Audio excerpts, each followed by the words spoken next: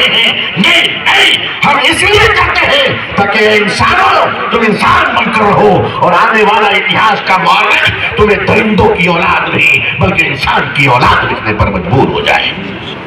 ہم اس لیے بات کرتے ہیں۔ 1860 میں ہم اس پنڈت نول کشور جی کو کیسے بھول سکتے ہیں؟ 1860 میں نول کشور جی نے لکھنؤ میں قرآن کریم اور دینی کتاب کو چھاپنے کا ایک پریس قائم کیا۔ وہ پنڈت نول کشور وہ ایک ایسا مہان انسان جو قرآن کو چھاپنے کے لیے جب پریس میں داخل ہوتا تھا تو خود بھی غسل کرتا، اپنے ورکروں کو بھی غسل کرواتا اور نئے اور صاف کپڑے پہن کر اندر جاتا اور کہتا تھا باہر کے کپڑے کو اتار دو اور پاک کپڑے پہنو کیونکہ خدا کے کلام کو ہاتھ لگانا ہے۔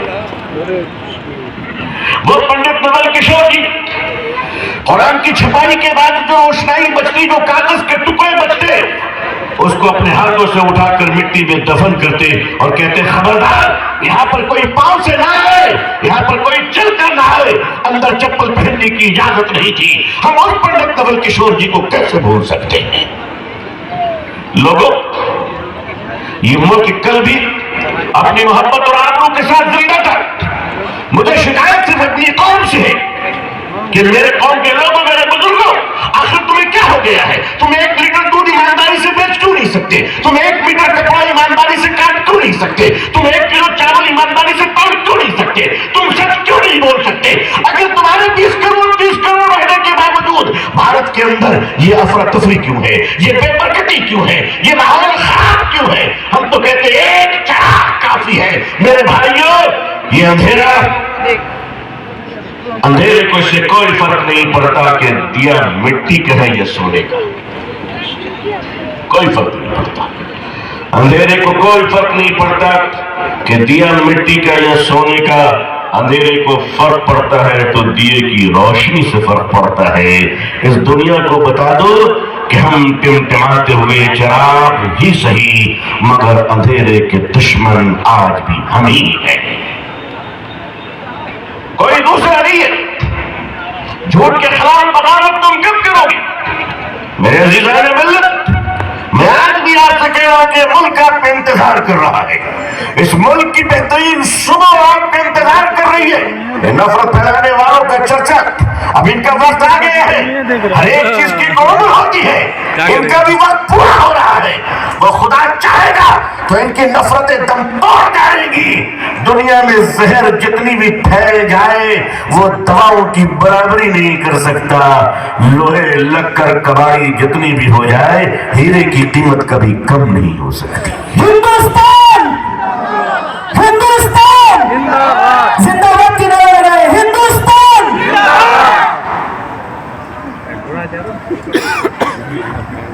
نبی کریم صلی اللہ علیہ وسلم نے ملک کے تئیں جو ذمہ داریاں ہمیں دی ہے، ان ذمہ داریوں کو میری قوم، میرے علماء، میرے مسلمانوں کو، میری بہنوں کو، میری بیٹیوں کو ایک ایک فرق کو سمجھنا ہے۔ سب سے پہلے آپ یہ سمجھ لیجئے کہ آپ ہندوستانی ہیں، الحمدللہ۔ اچھا، یہاں جتنے ہندوستانی ہیں وہ ہاتھ اٹھائیں، جو بدیشی ہیں وہ نہ اٹھائیں، ایسا ہی چل رہا ہے نا؟ بہت شکریہ، فرشتوں نے بھی لکھ لیا انڈین، اب SIR میں نام آ جائے گا۔ آپ یہ بتائیے، اللہ تعالیٰ اگر ہم لوگوں سے پوچھتے کہاں پیدا ہوگے تو ہم مدینہ بولتے، ارے بولتے کہ نہیں بولتے؟ مکہ بولتے۔ لیکن آپ مجھے بتائیے کہ ہندوستان میں جو ہم پیدا ہوئے اپنی مرضی سے پیدا ہوئے یا خدا کی مرضی سے پیدا ہوئے؟ کس کی مرضی سے پیدا ہوئے؟ اگر ابو طالب رحمانی بھارت میں پیدا ہوئے تو خدا کی مرضی، سوامی جی پیدا ہوئے بھارت میں تو یہ بھی خدا کی مرضی۔ تو ہم دونوں جب ایک ہی مالک کی مرضی سے ہیں تو آنے کے بعد اپنی مرضی کیوں چلا لیں؟ میں ہم دونوں ایک ہی مرضی سے، اور ہمارے آدرنی بھارت کے مہان چوکیدار، آپ سمجھ گئے آگے، فضیلت الشیخ حضرت نریندر مودی صاحب دامت برکاتہم بھی بھارت میں پیدا ہوئے، وہ بھی اللہ کی مرضی سے پیدا ہوئے۔ جب سارے لوگ اللہ کی مرضی سے پیدا ہوئے تو پھر اللہ کی مرضی کے مطابق زندگی گزارتے کیوں نہیں ہو؟ آؤ ایک مالک کی طرف، تمہاری پارٹیاں الگ ہو سکتی ہیں، تمہاری بھاشائیں الگ ہو سکتی ہیں، تمہاری آرزو اور آشائیں الگ ہو سکتی ہیں، تمہارے لباسوں کی تہذیب الگ ہو سکتی ہے، تمہارے کھانے پینے کا ذائقہ، مزہ، انداز اور ڈش کے آئٹم الگ ہو سکتے ہیں، مگر یہ کیوں بھول جاتے ہو کہ سب کچھ ایک ہونے کے باوجود بھی ہم سب کا مالک تو ایک ہی اللہ ہے۔ تم نے اس کے نام مختلف رکھے۔ تو بھارت میں اگر ہم پیدا ہوئے تو بھارت میں پیدا ہونے کا مطلب ہماری ایک بڑی ذمہ داری ہے، ہمارا کرتویہ یہ ہے کہ بھارت میں جتنے علماء موجود ہیں یہ وارث انبیاء ہیں، اور حضور کے وارث صلی اللہ علیہ وسلم کا مطلب یہ ہوا کہ حضور صلی اللہ علیہ وسلم کے دین اور شریعت مبین کی جو امانت ہے اس امانت کی آبیاری بھارت میں ہوگی، جو صداقت اور صدق و امن کا جو چراغ ہے وہ بھارت کے اندر روشن کیا جائے گا۔ آپ نے جس محبت کا پیغام دیا وہ اس ملک میں ہماری اور آپ کی ذمہ داری پھیلانے کی ہے۔ اب آئیے ہم کام کاج سے شروع کریں۔ امت مسلمہ آج آپ طے کیجئے، آپ کو یہ دیکھنا نہیں ہے کہ کون کیا بول رہا ہے، آپ کو یہ دیکھنا ہے کہ ہم اپنا حساب کتاب ٹھیک رکھ رہے ہیں کہ نہیں رکھ رہے ہیں۔ رکھیں گے انشاءاللہ۔ مدینے کے اندر، مدینہ منورہ میں سڑک کے دو کنارے دکانیں ہیں، درمیان میں سڑک ہے، اس طرف ایک دکان اس طرف ایک دکان، یہ بھی گیہوں چاول آٹے والی کی دکان، یہ بھی گیہوں چاول آٹے والی کی دکان، ادھر یہودی کی دکان ادھر صحابی کی دکان۔ شام کے وقت میں ایک یہودی کسٹمر آتے ہیں اور آ کر وہ یہودی کی دکان میں نہ جا کر مسلمان کی دکان میں چلے جاتے ہیں اور کہتے ہیں مسلمان بھائی مجھے 1 کلو جو دے دو، مجھے اپنے بچوں کے لیے لینا ہے۔ مسلمان صحابی فرماتے ہیں شام ہو گئی ہے، صبح سے کئی کسٹمر میرے دکان میں آ چکے ہیں اور میں نے اتنا سامان بیچ لیا ہے کہ میرے بچے کھا پی کے آرام کریں گے، لیکن میرے دکان کے سامنے جو یہودی بھائی کی دکان ہے میں دیکھ رہا ہوں کہ صبح سے اس کی دکان میں کوئی کسٹمر نہیں آیا ہے۔ اے میرے بھائی ایک کام کرو کہ ایسا نہ ہو کہ شام اس کے بچوں کو بھوکا رہنا پڑے، میرے خدا کے واسطے ایک کام کرو، یہ سودا میری دکان سے مت لو، سامنے والے یہودی کی دکان سے لے لو۔ وہ یہودی کسٹمر گیا اور یہودی کی دکان میں گیا، سودا خریدا، واقعہ سنایا، دکان بند کیا، کسٹمر اور دکاندار دونوں یہودی مسلمان کی دکان پر آئے۔ صحابی نے پوچھا کیا لینے آئے ہو؟ فرماتے ہیں سودا اس دکان سے لیا ہوں، ایمان تیری دکان سے لینے آیا ہوں۔ نعرہ تکبیر، نعرہ تکبیر۔ تم یہ بتاؤ کہ تمہیں اتنی محبت، تمہیں اتنا اخلاق کس نے دیا؟ مسلمانوں یہ اخلاق پیدا کرو۔ تمہارا حال تو یہ کہ بغل کی دکان کھلتی نہیں کہ تم لیمو کاٹنا شروع کر دیتے ہو اور بابا کو ڈھونڈنے لگتے ہو، جو بابا خود اپنی بیوی سے پریشان ہے۔ ان بابا، میں سارے بابا کی بات نہیں کر رہا ہوں، الٹی لیمو منہ نہ پھرا دینا۔ مسلمانوں تم کسی کی روزی روکنا چاہتے ہو؟ مسلمانوں تم اللہ کی رحمت کو روکنا چاہتے ہو؟ آخر تمہاری محبت کہاں چلی گئی؟ میں پوچھتا ہوں کہ تمہاری دکان کے بغل میں جو ایک اور دکان ہے، بشیشور جی ہے، گوپال جی ہے، مدن جی ہے، موہن جی ہے، مالویہ جی ہے، ان کی دکان ہے، اچانک ان کی دکان 2 دنوں سے بند ہے۔ مسلمانوں کبھی تم نے سوچا کہ میرے بغل کے بھائی کیوں بند ہے؟ وہ بھی تو پڑوسی ہے، اس کی دکان کیوں بند ہے؟ پتا چلا کہ پرکاش جی ہاسپٹل میں ایڈمٹ ہے۔ مسلمانوں حضور صلی اللہ علیہ وسلم نے جو پڑوسی کا حق دیا ہے اس کا مطلب یہ ہے کہ تم اپنی دکان بند کرو اور پرکاش جی کے لیے ہاسپٹل چلے جاؤ۔ آپ نے ذمہ داری نبھائی، آپ اپنی ذمہ داری، کیا یہ ذمہ داری کرتب ہمارا نہیں ہے؟ ہمارے مسجد کے سامنے ایک چائے والے کی دکان ہے، اب اوم صاحب روز چائے بناتے، مدن جی روز چائے بناتے، صبح میں فجر کے بعد ہم مسجد سے نماز پڑھ کے نکلتے، چائے کی دکان میں چائے کی چسکی لے کر نماز کو قبول کرواتے ہیں۔ چائے بنانے والے کون ہیں؟ مدن جی ہیں۔ اچانک چائے کی دکان بند ہو گئی، کیا بات ہے؟ کہ صاحب مدن جی کو ہارٹ اٹیک آ گیا، اللہ نہ کرے، اللہ سب کو صحت عطا فرمائے۔ کہ صاحب وہ ہاسپٹلائز ہو گئے، اور مسجد کے امام صاحب، نمازی صاحب، متولی صاحب، کمیٹی صاحب، آپ کو یہ توفیق حضور کی سنت کب یاد آئے گی کہ اب آپ مدن جی کے لیے ہاسپٹل جائیں اور پوچھیں میرے بھائی 10 سال سے تیرے ہاتھ کی چائے پی رہا ہوں، آج تیری سیوا اور خدمت کا موقع آیا ہے، یہ بتا کہ میری ذمہ داری کیا ہے؟ وہ ہاسپٹل میں ہے، تیرے گھر کا راشن ہم چلائیں گے، تیرے علاج کی فکر ہم کریں گے۔ اور مسلمانوں جب مسجد میں یہ دعا کرتے ہو عمران بھائی کو اللہ صحت دے، غفار صاحب کو اللہ شفا دے، فلانے کو شفا دے، تو یہ بھی کہو کہ ہمارا پڑوسی اللہ مدن بھائی کو بھی شفا عطا فرمائے۔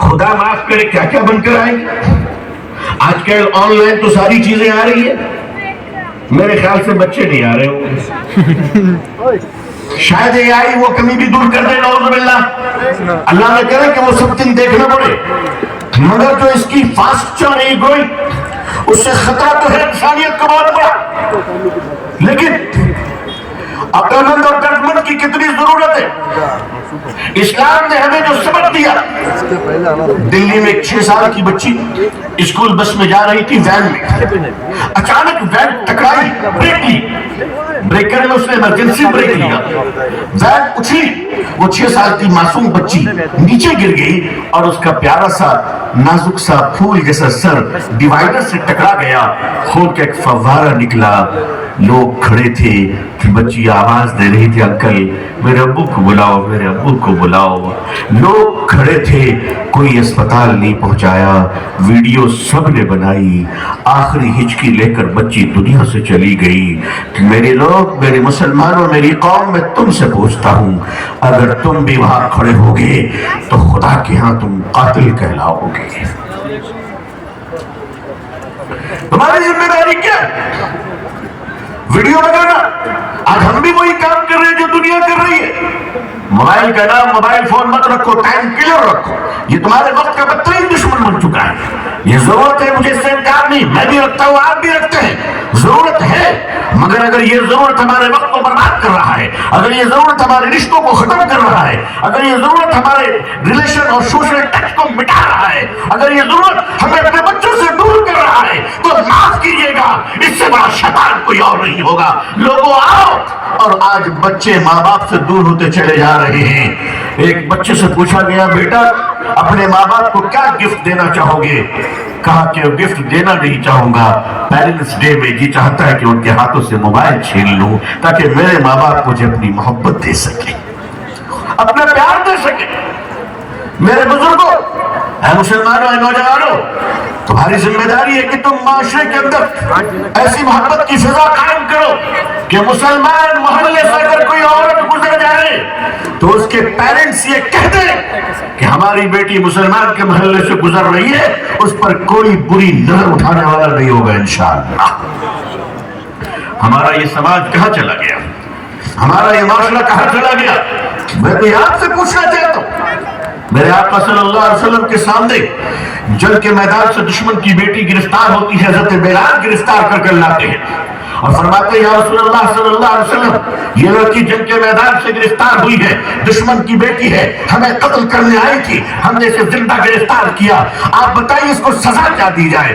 میرے آقا صلی اللہ علیہ وسلم نے اپنی چادر مبارک کو اتاری اور ان پیاری اور مبارک چادر کو اچھال کر حضرت بلال کو دیا اور فرمایا, میری بیٹی کے سر پہ رکھ دو. حضرت بلال فرماتے ہیں, یہ لڑکی مسلمان کی نہیں ہے. حضور فرماتے ہیں صلی اللہ علیہ وسلم, اے بلال, بیٹی بیٹی ہوتی ہے چاہے کسی کی بھی ہو. نعرہ تکبیر. آج یہ معاشرہ ڈھونڈ رہا ہے اس مسلمان کو, یہ معاشرہ اس مسلمان کو ڈھونڈ رہا ہے. کیا ہے وہ نوجوان کہاں ہو؟ شادی کی بارات میں ڈی جے پر ناچنے والا مرد, اس سے ظاہر سی بات ہے کوئی ناچنے والا سلمان خان ہی پیدا ہوگا, محمد بن قاسم نہیں پیدا ہو سکتا. سلمان خان ٹرینڈنگ پہ ایک ناچنے والی عورت کے کوکھ سے شاہ رخ خان پیدا ہو سکتا ہے, صلاح الدین ایوبی پیدا نہیں ہو سکتا. معاشرے کو ننگا کر دیا, معاشرے کو برہنہ کر دیا. شکایت ہم دوسروں سے کرتے ہیں, اپنی گاڑی کا سیلنسر ٹھیک نہیں, دنیا سے کہتے ہیں تم پولوشن کیوں پھیلا رہے ہو. میری قوم کے لوگوں, میرے پاس آپ کو سہلانے کے لیے, آپ کو آپ کی تعریف کے کلمات تو بہت تھے, لیکن میں چاہتا ہوں کہ نہیں, میری باتیں آپ کے دل کو لگے اور یہ چوٹ ایک ٹس بن کر آئے اور آپ اپنی ذمہ داریوں کو نبھائیں. اگر آپ اپنی ذمہ داریوں کو نہیں نبھاتے ہیں تو آپ ایک کمیونٹی بن کر تو رہ سکتے ہیں, لیکن امت مسلمہ اور حضور کی بہترین امت بن کر کیسے جی سکتے ہیں؟ اس کے لیے شرط اول ہے کہ میرے آقا صلی اللہ علیہ وسلم نے اخلاق اور رحم کا جو پاور دیا ہے دنیا کو. حضرت سعد بن وقاص رضی اللہ تعالیٰ عنہ اللہ کے راستے میں جہاد کر رہے تھے. لفظ جہاد سنتے تو چائنیز مال ایسا لگتا کہ بوتل کھل گئی. ارے بھائی, لفظ جہاد کو بڑا بدنام کیا گیا، لیکن یاد رکھنا تم چاہے جتنا بھی بدنام کر لو، حقیقت بدل نہیں جاتی۔ دسمبر کے ٹھنڈک سے بچنے کے لیے اگر کوئی اس کا نام اپریل رکھ دے تو گرمی نہیں آ جائے گی۔ اپریل نام رکھنے سے گرمی نہیں آتی۔ جہاد اسٹرگل کا نام ہے، جہاد کوشش کا نام ہے، جہاد محنت کا نام ہے، اپنے نفس کو قابو میں رکھنے کا نام جہاد ہے۔ افطار کے وقت میں وقت نہ ہو رکے رہنا جہاد ہے۔ کوئی دوسرے کی ماں بہن جا رہی ہے نظر جھکا لینا جہاد ہے۔ بھوکوں کے دروازے تک کھانا پہنچانا جہاد ہے۔ ننگوں کو کپڑا پہنانا جہاد ہے۔ اسپتال کے باہر کھڑے ہو کر لوگوں کو دوا دینا جہاد ہے۔ لوگوں کے کام آنا جہاد ہے۔ بھٹکوں کو راستہ دکھلانا جہاد ہے۔ پیاسوں کو پانی پلانا جہاد ہے۔ مانوتا کو بچانا جہاد ہے۔ خون اپنا بلڈ ڈونیٹ کرنا جہاد ہے۔ اور اگر اس طرح یہ جہاد ہے تو تم اس کو اس لیے بدنام کرنا چاہتے ہو تاکہ انسان کے کام آنا بند کر دے۔ تم ہزار کوششیں کر لو مگر مانوتا کی حفاظت کے لیے محنت اور کوششوں کی جہاد چل رہی تھی، چلتی رہے گی انشاءاللہ۔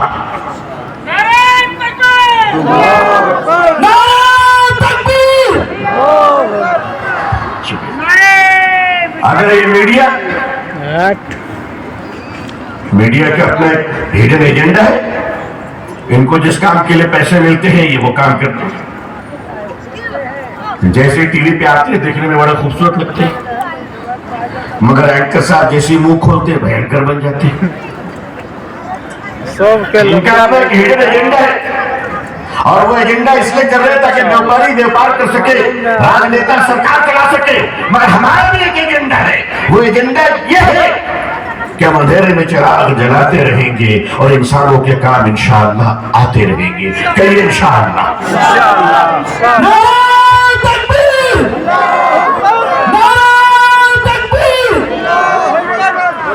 آپ بائک سے جا رہے ہیں، قانون ہیلمٹ پہنو، آپ نے ہیلمٹ پہنا، قانون کو مانا، آپ نے جہاد کیا۔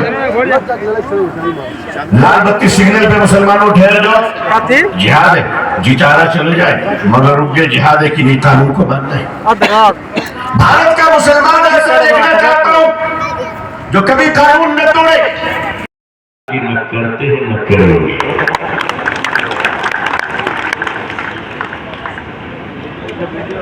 سوال کو آزما چکا ہے، دوبارہ اور آزما لو۔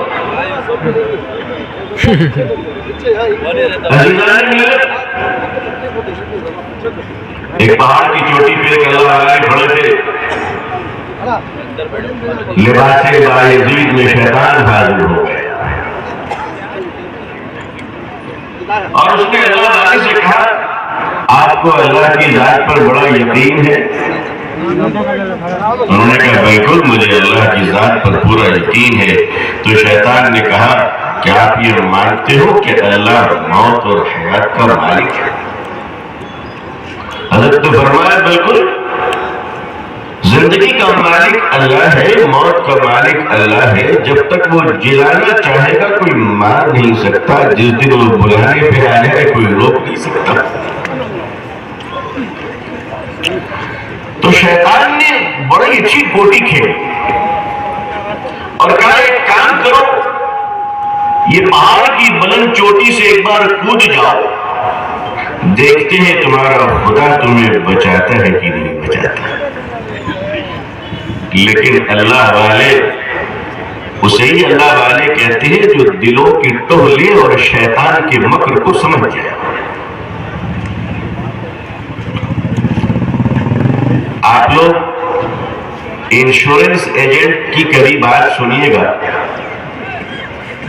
تو سننے کے بعد یقین ہو جاتا ہے کہ جینے سے زیادہ مرنے میں زیادہ ہے۔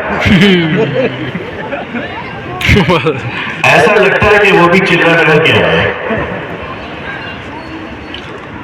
تو اس نے کہا ایک بار پہاڑ سے کود جائیے تاکہ آپ کو پتا چلے کہ اللہ بچاتا ہے یا مارتا ہے۔ اللہ والے اس ولی صفت مرد قلندر نے جو جواب دیا، مسلمانوں اور انسانوں اپنی ہمدردی اور انسانی کان سے سن کر دیکھو، انہوں نے فرمایا ارے مکار ظالم شیطان، آزمانے کا اختیار مالک کو ہوتا ہے، غلاموں کو نہیں ہوتا۔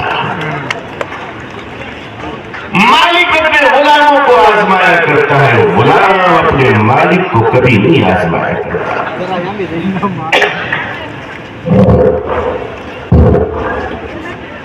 باشا فرمایا کہ غلام مالک کو آزمایا نہیں کرتا. آپ کے گھر میں ایک خاتون کام کر رہی ہے, آپ کے گھر میں زیورات ہے, نوٹ ہے, پیسے ہیں, مال ہے, دولت ہے. آپ نے سوچا کہ یہ کام والی بہن ہماری کتنی ایماندار ہے, چلو ذرا اس کی ایمانداری کو ٹیسٹ کیا جائے. آپ نے 100 کے نوٹ رکھ دیے, 500 کے نوٹ رکھ دیے, 1000 کی تو میں بول نہیں سکتا.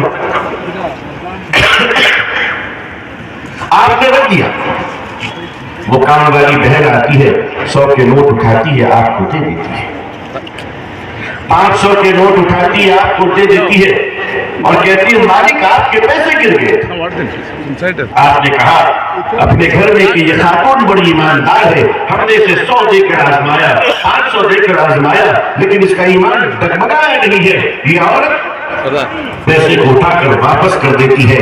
مالک نے آزمایا, لیکن اچانک ایک دن کام کی بالیاں گری ہوئی ہیں. مالک نے پوچھا یہ بالی کس کی ہے؟ نوکرانی کہتی بالی میری ہے.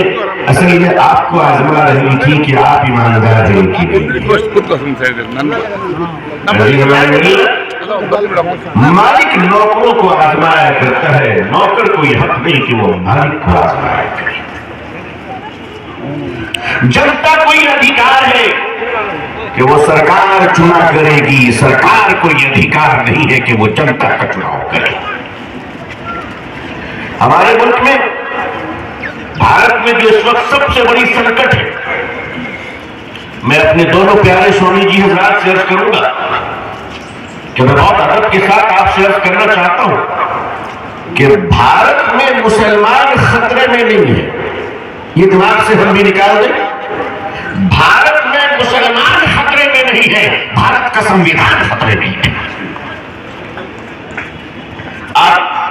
بھارت کا جو سنویدھان ہے جس نے آپ کو ہمیں بولنے کی آزادی اور ادھیکار دے رکھا ہے, وہ سنویدھان خطرے میں ہے. اور مسلمانوں ہم آپ کو بتا دیں کہ اس ملک میں ہمارا مقابلہ بلڈنگ بنانے والوں سے نہیں ہے, اس ملک میں مقابلہ دولت جمع کرنے والوں سے نہیں ہے, اس ملک کا مقابلہ ہمارا پونجی پتیوں سے نہیں ہے, بلکہ مقابلہ ہمارا سیدھے سیدھے مانوتا کے دشمن سے مقابلہ ہے. ہمارا مقابلہ انسانیت کے اس دشمن سے ہے جو دواؤں میں ملاوٹ کر کر ہزاروں لوگوں کی جانوں سے کھیل رہا ہے. بتائیے وہ نقلی گولیاں مسلمان کے لیے خطرہ ہے کیا؟ وہ نقلی انجیکشن مسلمان کے لیے خطرہ ہے؟ دودھ میں ملاوٹ کی ہوئی یوریا پاؤڈر اور زہر کیا مسلمان کے بچوں کے لیے خطرہ ہے؟ کہتے کیوں نہیں ہو کہ یہ سارے کے سارے ہندوستان کے انسان کے لیے خطرہ ہے. آج انسان خطرے سے دو چار ہے, مگر سارے خطروں پر پردہ ڈال دیا گیا, ہندو اور مسلمان کا نام لے.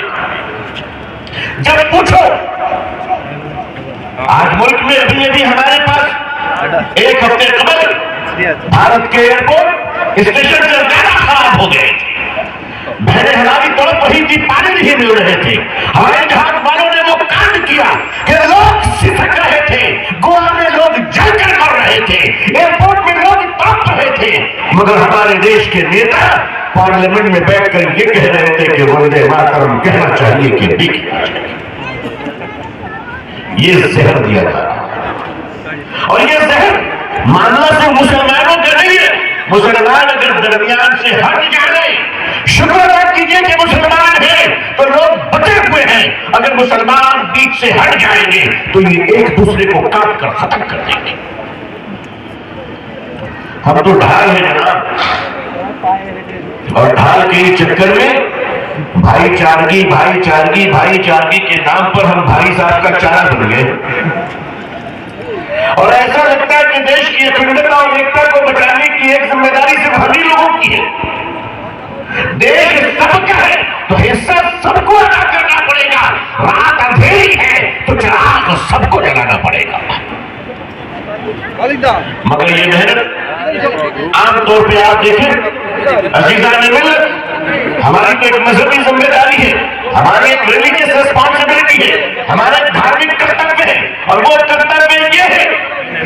ہم مجبور ہیں اپنے حضور صلی اللہ علیہ وسلم کے قول و فرمان کے سامنے کہ حضور نے فرمایا کہ تمہیں اپنے پڑوسیوں کا خیال کرنا ہے. خدا کی قسم ایک مسلمان ہونے کی حیثیت سے ہمارا یہ ایمانی فریضہ ہے کہ تم ہمیں گالی بھی دو گے تو بھی تمہیں بھوک لگے گی تو ہم تمہارے گھروں تک کھانا پہنچا کے رہیں گے انشاءاللہ. آپ نے دیکھا نہیں کورونا کے زمانے میں جب اس ملک میں ہمارے نیتا تھالی بجا رہے تھے تو بھارت کا مسلمان بھوکوں کے سامنے تھالی سجا رہے تھے. لیکن یہ ماحول بنایا جا رہا ہے. نبی کریم حضور صلی اللہ علیہ وسلم کی شان اقدس میں کچھ ایسے لوگ جن کی اپنی کوئی حیثیت نہیں ہے جو چاہے بول دیں. ان کا مقصد ہمیں سوڈا واٹر بنانا ہے, ان کا مقصد ہمیں بھڑکانا ہے, ان کا مقصد یہاں کی شانتی اور امن کو غارت کرنا ہے, ان کا مقصد مسلمانوں کو تباہ کرنا ہے. لیکن آپ یاد رکھو ایک دیوانہ مسلمان بھی دوسرے دھرم کے کسی سنت اور گرو کے خلاف کبھی گالی دے نہیں سکتا, اور اگر اس نے ایسا کر دیا تو تم سے پہلے ہم خود نپٹ لیں گے انشاءاللہ. لیکن ہمارا اتہاس ذرا اٹھا کر دیکھ لیجیے کہ ہم نے کبھی کسی دھرم کے مہاپرش کو گالی دی ہے؟ ہم تو انہیں بھی گالی نہیں دیتے جن کی گالی دیے بغیر ہم کو صبح نہیں ہوتی ہے. ہم تو جناب مودی صاحب کا بھی نام لیتے ہیں تو حضرت مودی صاحب دامت برکاتہم بول کر لیتے ہیں. ہم تو ان کی بھلائی کی دعا کرتے ہیں. ہم تو ہے یقین مانیے بھارت میں جو لوگ بہت دکھی تھے اس میں ایک شخص میں بھی تھا کہ اللہ ان کا گھر بس جائے. لیکن اب نہیں ہوا, قسمت کی بات ہے تو ہم کیا کر سکتے ہیں؟ بھائی کسی کی تقدیر تو بدل نہیں سکتے. لیکن مسئلہ یہ ہے کہ جس طرف ٹریپنگ کی جا رہی ہے, جس طرف لے جایا جا رہا ہے اس طرف ہمیں جانا بھی ہے. ہمیں اپنی ذمہ داریوں کے تئیں بیدار ہونا ہے. یاد رکھیے گا بھارت کے اندر, ہندوستان کے اندر مسلمانوں کے اور اسلام کے درخشاں مستقبل اور اس کی بہترین سبزواری اور اس کی آبیاری میں ہمارے ہندو بھائیوں کی بڑی قربانی ہے, بڑا ساتھ ہے. بنارس ہندو یونیورسٹی کے سنستھاپک پنڈت رام موہن مدن مالویہ صاحب نے کھڑا ہو کر کہا تھا کہ بھارت میں جتنا دوسروں کو آزادی ہے مذہب پر چلنے کی, اتنا ہی مسلمانوں کو اپنی شریعت پر جینے اور مرنے کی آزادی حاصل ہے. ہم اس احسان کو اور اس بھلائی کو بھلا نہیں سکتے. مسلمان نہ نمک حرام تھا نہ آج ہے نہ کبھی ہوگا. میں آپ سے پھر کہہ رہا ہوں اونچی اونچی عمارتیں بنانے کی کمپٹیشن کے لیے ہم نہیں ہیں. ہم تو اس لیے ہیں کہ یہ ملاوٹ کھا کر جو لاکھوں بچے تباہ ہو رہے ہیں نقلی دواؤں کے ذریعے, نقلی پانی کے ذریعے, نقلی کھانے کے ذریعے. اور مسلمانوں بھارت سسک رہا ہے رشوت خوروں کے ہاتھوں کے چنگل میں. بھارت سسک رہا ہے مسلمانوں, یہ ملک تمہیں آواز دے رہا ہے. او خواجہ معین الدین چشتی رحمت اللہ علیہ کے دیوانوں, او خواجہ اجمیر کے دیوانوں, وہ حضرت نظام الدین کے مقالوں, کہاں گئی تمہاری ایمانداری, کہاں گئی تمہاری وفاداری, کہاں گئی تمہاری نیک نامی, کہاں گئی تمہاری صداقت, کہاں گئی تمہاری محبت, کہاں گئی تمہاری الفت, کہاں گیا تمہارا پیار؟ آج یہ دیش آواز دے رہا ہے, سسکتی ہوئی لاش تمہیں پکار رہی ہے. آپ سب کو زندہ باد کہنا ہے. ہندو مسلم ایکتا, ہندو مسلم ایکتا, ہندو مسلم ایکتا. سب ٹارچ نکالیں, سب موبائل نکالیں, ٹارچ آن کریں اور اس منچ سے جو سوامی جی نے جو پورے ہندوستان کو ایک روشن پیغام دیا ہے, اپنے اتحاد کا مظاہرہ کریں. ہندو مسلم ایکتا, ہندو مسلم ایکتا. ماشاءاللہ یہ آپ کی روشنی صرف ملک میں نہیں پوری دنیا میں جائے گی انشاءاللہ. ابھی میں تمام ہمارے آئے ہوئے مہمانوں سے گزارش کرتا ہوں اپنے ہاتھ میں ہاتھ ڈال کر یہ ہمارا قابل علماء انشاءاللہ اپنے اتحاد کا مظاہرہ کریں گے. یہ مومن علی کا اسٹیج نہیں ہے, یہ بنگلور کا اسٹیج نہیں ہے, یہ